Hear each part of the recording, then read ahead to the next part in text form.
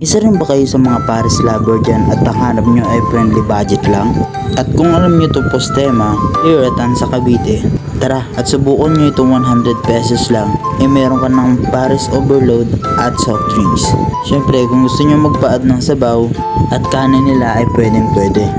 Kasi it's free mga pre. Pero sabi nga nila ikaw pa rin ang magpapasarap talaga ng Paris mo. Kaya kung isa ka sa mga malapit na maging Paris lover dyan, aralin nyo na magtimpla kung ano yung panlasa nyo. Sure ko lang, I started eating Paris nung nag-EFSA pa ako. Syempre, instead na mamasahe ako, edi kakain ko na lang.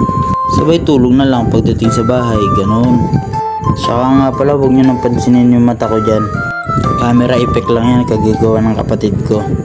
Kung mapapansin ninyo, parang gutom na gutom ako. Yes, kasi kagagaling ko lang yung trabaho. Stress reliever ko nga pala ang kumain ng kumain kahit nag-workout ako.